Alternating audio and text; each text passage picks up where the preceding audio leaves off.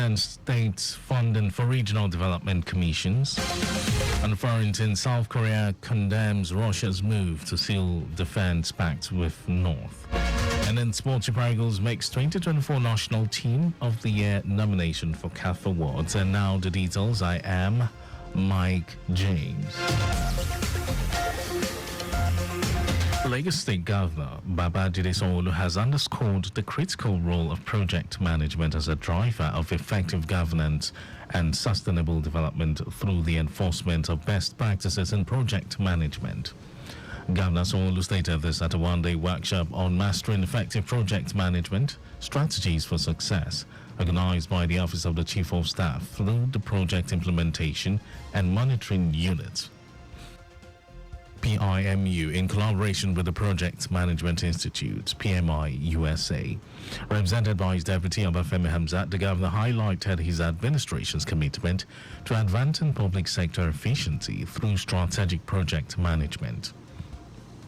He noted that the workshop aims to refine the skills of top officials to ensure that public projects are delivered on time within the budget and to high standards, thus boosting the government's reputation and accelerating Lagos' growth trajectory. Managing Director of Project Management Institute, PMI Sub-Saharan Africa, George Asamani, commended the state for its forward-thinking approach to public administration. He also lauded Lagos's ongoing efforts to invest in the professional development of its officials, calling it a model for other cities across the continent. Speaker of the Lagos State House of Assembly, Mudashiru Obasa, says there are no plans to scrap the 37 local council development areas, LCDAs, in the state. Obasa stated this at a second public hearing on the bill to amend the local government administration law of the state. The speaker, who was represented by his deputy, Mojisola Lasbat Miranda, recalled that about 2 weeks ago, the public hearing was held to deliberate on the electoral bill for the local government election, which he said is the first right step before the House could go into how the local government should function.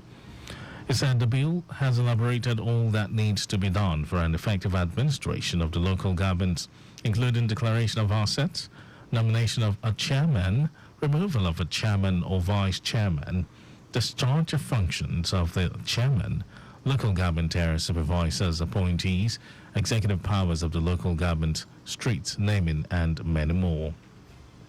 Our correspondent Abiola Fagbalagun reports that the law, when passed, will allow the local government to function optimally with strict adherence to the rule of law and separation of powers.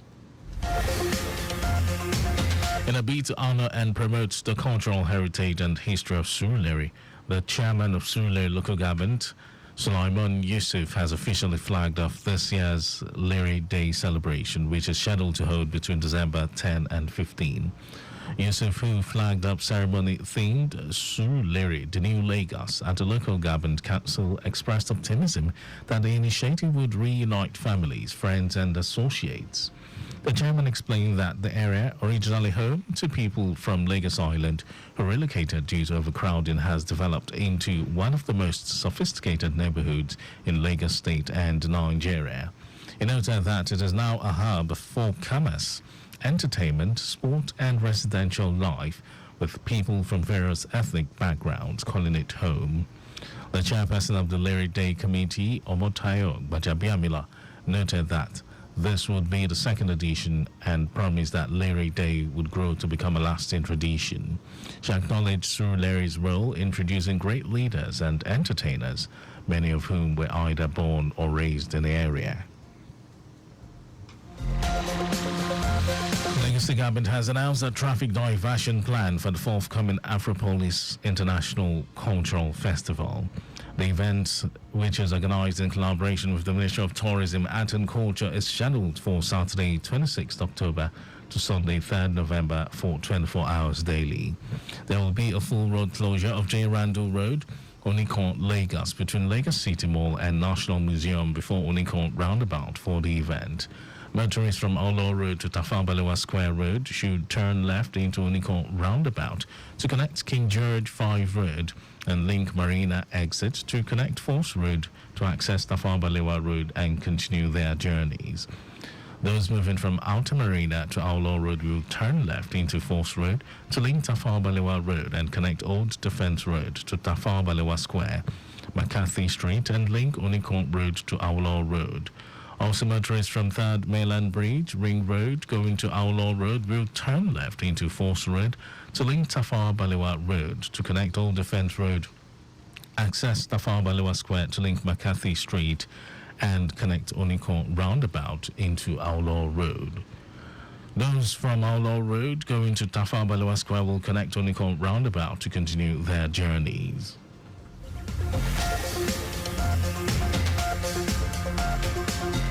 And now to the rest of the stories.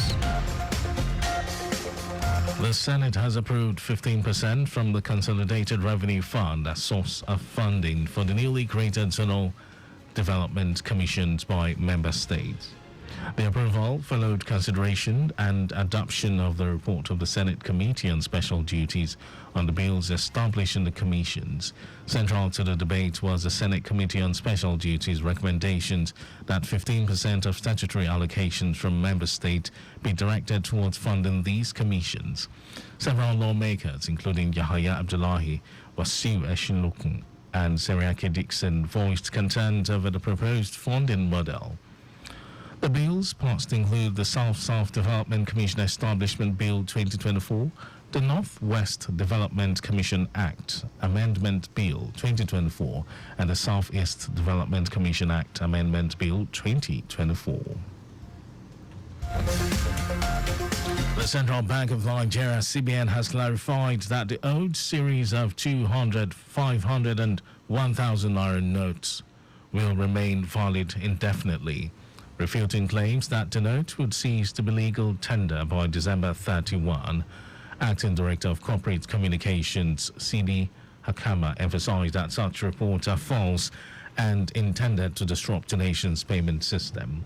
According to him, the order of the Supreme Court of Nigeria had granted the prayer of the Attorney General of the Federation and Minister of Justice to extend the use of old Naira banknotes subsist. CBN reaffirmed its commitment to ensuring that all Nigerian banknotes, including both the old and redesigned series, remain in circulation. And in some foreign news, South Korea has expressed grave concerns over Russia's bid to seal a defense pact with North Korea, which has been accused of supplying troops to Moscow for possible deployment in its war in Ukraine. Russia's lower house of parliament voted unanimously to endorse the treaty that commits Moscow and Pyongyang to providing mutual assistance if either side is attacked. South Korea's Ministry of Foreign Affairs in a statement said Seoul urged the immediate withdrawal of North Korean troops and the cessation of illegal cooperation. It also said the government would work together with the international community to firmly respond to military cooperation between Russia and North Korea and take appropriate measures as their military collaborations progress. Seoul's denunciation comes a day after South Korean President Yoon Suk-yeol condemned the deployment of North Korean troops to Russia as a provocation that threatens global security and raised the possibility of supplying Ukraine with weapons. And over to sports news. The Confederation of African Football, CAF, has nominated the Super Eagles for 2024 National Team of the Year award. In a post on X, CAF listed other nominees to include national teams from Angola, Burkina Faso, Ivory Coast, DR Congo, Morocco, Mozambique, South Africa, Sudan, and Uganda. The teams have all demonstrated exceptional performance in recent competitions, making the race for this award highly competitive. Meanwhile, Nigeria's Stanley Nwabali has been nominated for the Goalkeeper of the Year award. Nwabali will battle 9 other top goalkeepers for the award. The Chippa United shot stopper had an impressive outing for the Super Eagles at the 2023 Africa Cup of Nations earlier in the year. He's currently one of the highly rated goalkeepers in the South African League. The 2024 CAF Awards will hold in Marrakech, Morocco, on Monday, December 16.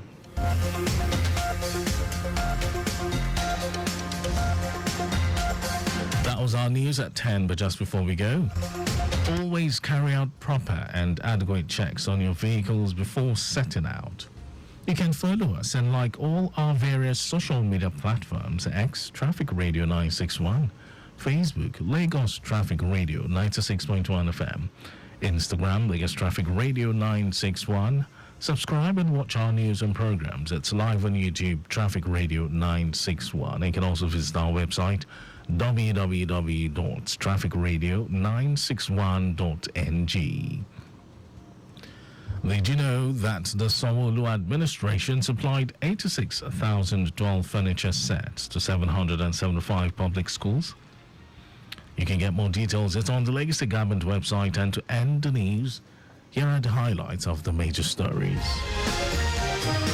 Lagos State Governor Babajide Sanwo-Olu has underscored the critical role of project management as a driver of effective governance and sustainable development through the enforcement of best practices in project management. The Senate has approved 15% from the Consolidated Revenue Fund as source of funding for the newly created zonal development commissions by member states. We also told you that South Korea has expressed grave concern over Russia's bid to seal a defense pact with North Korea, which has been accused of supplying troops to Moscow for possible deployment in its war in Ukraine. And in sports, the Confederation of African Football, CAF, has nominated the Super Eagles for 2024 National Team of the Year award. And for contact with the newsroom, send a message to info@trafficradio961.ng. That ends the news broadcast. This was compiled by Adirayodo Olaya. Thank you for listening, Lagos. My name is Mike James. Beautiful Friday morning to you.